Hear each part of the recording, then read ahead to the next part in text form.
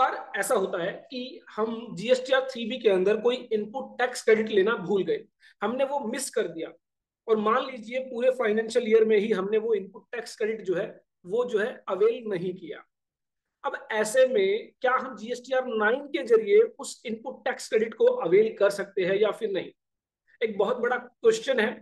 और जनरली आपने देखा होगा जितने भी जीएसटी ऑफिसर्स हैं वो जो है इस अवेलमेंट को रिजेक्ट कर देते हैं, और साफ साफ जीएसटीआर 9 में भी ये बात कही गई है कि जीएसटीआर 9 के जरिए आप किसी तरह का कोई भी इनपुट टैक्स क्रेडिट अवेल नहीं कर सकते। लेकिन यहाँ पर कलकत्ता हाई कोर्ट के अंदर एक रिट जो है फाइल की गई अंकित कुमार अग्रवाल के द्वारा, जो कि प्रोप्राइटर है। और यहाँ पर कहा गया कि उनकी कुछ आउटपुट लाइबिलिटी थी रिगार्डिंग सेस, और सिमिलर वे में कुछ इनपुट टैक्स क्रेडिट था रिगार्डिंग सेस। वो आउटपुट लायबिलिटी और इनपुट टैक्स क्रेडिट दोनों को ही जो है जीएसटीआर 3B के अंदर डिक्लेयर करना भूल गए, और कहा कि जितनी आउटपुट लायबिलिटी है उससे ज्यादा इनपुट टैक्स क्रेडिट है। ऐसे में ये एक रिवेन्यू न्यूट्रल जो है सिचुएशन है कि डिपार्टमेंट को कहीं पर भी कोई लॉस नहीं हो रहा है। जितनी आउटपुट लायबिलिटी थी उससे ज्यादा इनपुट टैक्स क्रेडिट होने की वजह से जो है यहाँ पर किसी तरह की कोई टैक्स लायबिलिटी जो है वो नहीं बनती है, और डिपार्टमेंट का कोई रिवेन्यू लॉस यहाँ पर नहीं है। और जीएसटीआर 9 के जरिए हमने ये बात बता भी दी थी कि हमारी इतनी जो है सेस की आउटपुट लायबिलिटी है, इतना हमारा इनपुट टैक्स क्रेडिट है, और वो जो है हमने जीएसटीआर 9 के अंदर डिक्लेयर कर दिया था। लेकिन जीएसटी ऑफिसर्स ने जीएसटीआर 9 को कंप्लीटली इग्नोर कर दिया। तो यहां पर उस रिट पिटीशन के अंदर कहा गया कि इस तरह से जीएसटीआर 9 को जो है इग्नोर नहीं किया जा सकता। तो कलकत्ता हाई कोर्ट में इस बात को लेकर क्या डिसाइड किया गया, क्या इस रिट के तहत जो है जो रजिस्टर्ड टैक्स पेयर्स है क्या उसको जो है रिलीफ दी गई या नहीं दी गई?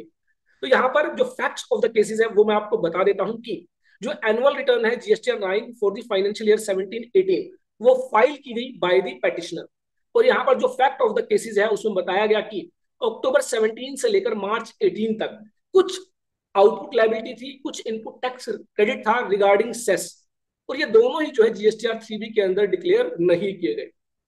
उसके बाद जो है जीएसटीआर 9 फाइल की गई, और जीएसटीआर 9 के अंदर ये दोनों ही आउटपुट लायबिलिटी और इनपुट टैक्स क्रेडिट जो है दोनों को ही डिक्लेयर कर दिया गया।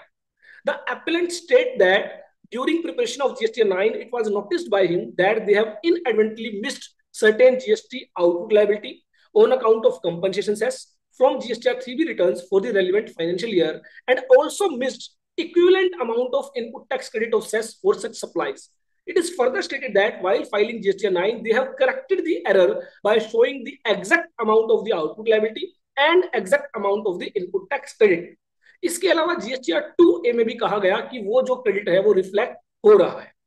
तो इस बात को लेकर यहाँ पर ये पिटीशन फाइल की गई और कहा गया कि उनके अगेंस्ट जो ऑर्डर पास किया गया है जिसमें इंटरेस्ट पेनल्टी लेवी की गई है, तो इस ऑर्डर को जो है क्वैश किया जाए।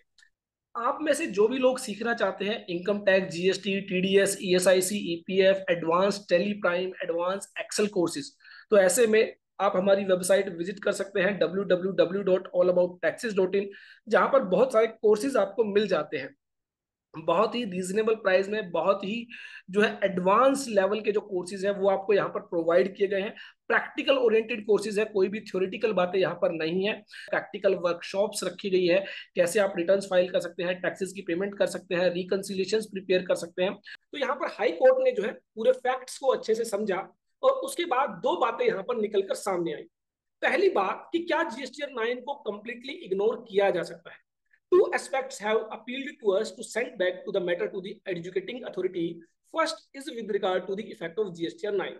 This bring an annual return filed within the extended period of limitations, that is up to 7th of February 2020 on account of various notification issued by the government.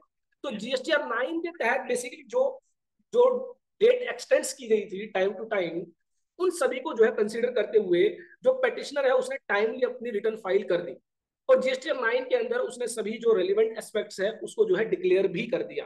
तो क्या जीएसटीआर 9 को consider नहीं किया जाएगा? And जो second जो aspect है वो ये है कि जब जो एंटायर मैटर है वो रिवेन्यू न्यूट्रल है, किसी तरह का कोई भी रिवेन्यू लॉस डिपार्टमेंट को नहीं हो रहा है, तो यहाँ पर जो है पेटिशनर की बातों की सुनवाई क्यों नहीं की जा रही? तो यहाँ पर कलकत्ता हाई कोर्ट ने डिसाइड किया कि इस मैटर को रिमांड बैक किया जाए, फिर से ऑफिसर के पास जो है वापस भेजा जाए, और ऑफिसर को कहा कि आप जीएसटी 9 को कंसीडर करते हुए और जो जीएसटी एक्ट के जो अदर प्रोविजंस हैं उनको कंसीडर करते हुए फिर से एक नया ऑर्डर पास करें। The assistant commissioner charged to consider the submissions made by the SSC, afford an opportunity of personal hearing, examine the annual return filed in GSTR 9 and proceed to take a fresh decision. अब ये देखने वाली बात होगी GST officer जब उसको remand back करेगा तो क्या वो उस इनपुट टैक्स क्रेडिट को अलाउ करेगा या नहीं करेगा। तो अगेन यहाँ पर एक बहुत बड़ा क्वेश्चन मार्क फिर से है।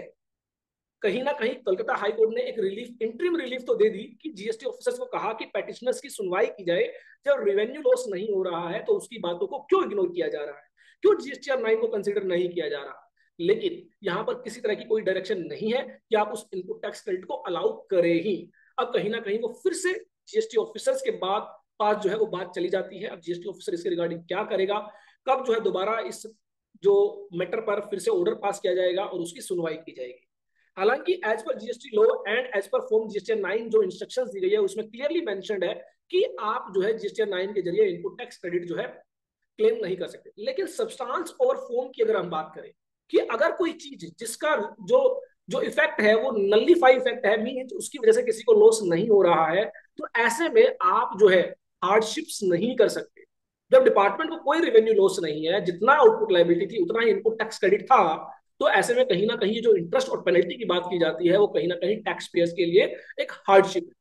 तो ये देखने वाली बात होगी कि कलकत्ता हाई कोर्ट की इस डिसीजन के बाद जब इस ऑर्डर को रिमांड बैक किया जाएगा, फिर से इस पर कार्रवाई की जाएगी, तो जीएसटी ऑफिसर्स किन बातों को ध्यान में रखते हुए एक नया ऑर्डर पास करेंगे। क्या वो नया ऑर्डर टैक्स पेयर्स के फेवर में होगा? अगर वो टैक्स पेयर्स के फेवर में नहीं हुआ तो मे बी टैक्स पेयर्स फिर से एक पिटीशन फाइल करे और फिर से जो मैटर है हमें कलकत्ता हाई कोर्ट के अंदर देखने को मिले। तो इसके रिगार्डिंग जो भी हमारे अपडेट्स होंगे वो आपके साथ शेयर किए जाएंगे। लेकिन तब तक क्या आपको लगता है कि इस मैटर के अंदर जो ऑफिसर है जब फिर से इस पर कार्रवाई करेगा तो क्या वो रिवेन्यू लॉस को कंसिडर ना कर, मतलब जब कोई रिवेन्यू लॉस है ही नहीं, इस बात को कंसिडर करते हुए क्या वो जो है पेटिशनर को एक रिलीफ देगा या नहीं? इसके रिगार्डिंग आपके जो भी व्यूज है वो कमेंट बॉक्स में जरूर शेयर कीजिएगा और हमारे पास जैसे ही इसका कोई अपडेट मिलेगा वो आप तक जरूर शेयर किया जाएगा। देखते रहिए, लाइक करते रहिए हमारे YouTube channel all about taxes को। इसके अलावा आप सब्सक्राइब कर सकते हैं हमारे व्हाट्सएप चैनल को, टेलीग्राम चैनल को, और डाउनलोड कर सकते हैं हमारी ऐप प्ले स्टोर से। डिस्क्रिप्शन में भी लिंक दिया गया है जहां पर बहुत सारे अच्छे कोर्सेज आपको मिल जाते हैं। अगर आप सीखना चाहते हैं income tax return filing, GST return filing, TDS return filing, और अगर आप एक एक्सपर्ट बनना चाहते हैं in the field of GST, income tax, TDS, ESIC and EPF, आप जॉब करते हैं, अपने करियर को इनहांस करना चाहते हैं, तो ये जो कोर्सेज है वो आपके लिए बहुत यूजफुल हो सकते हैं। देखते रहिए, लाइक करते रहिए हमारे YouTube channel all about taxes को।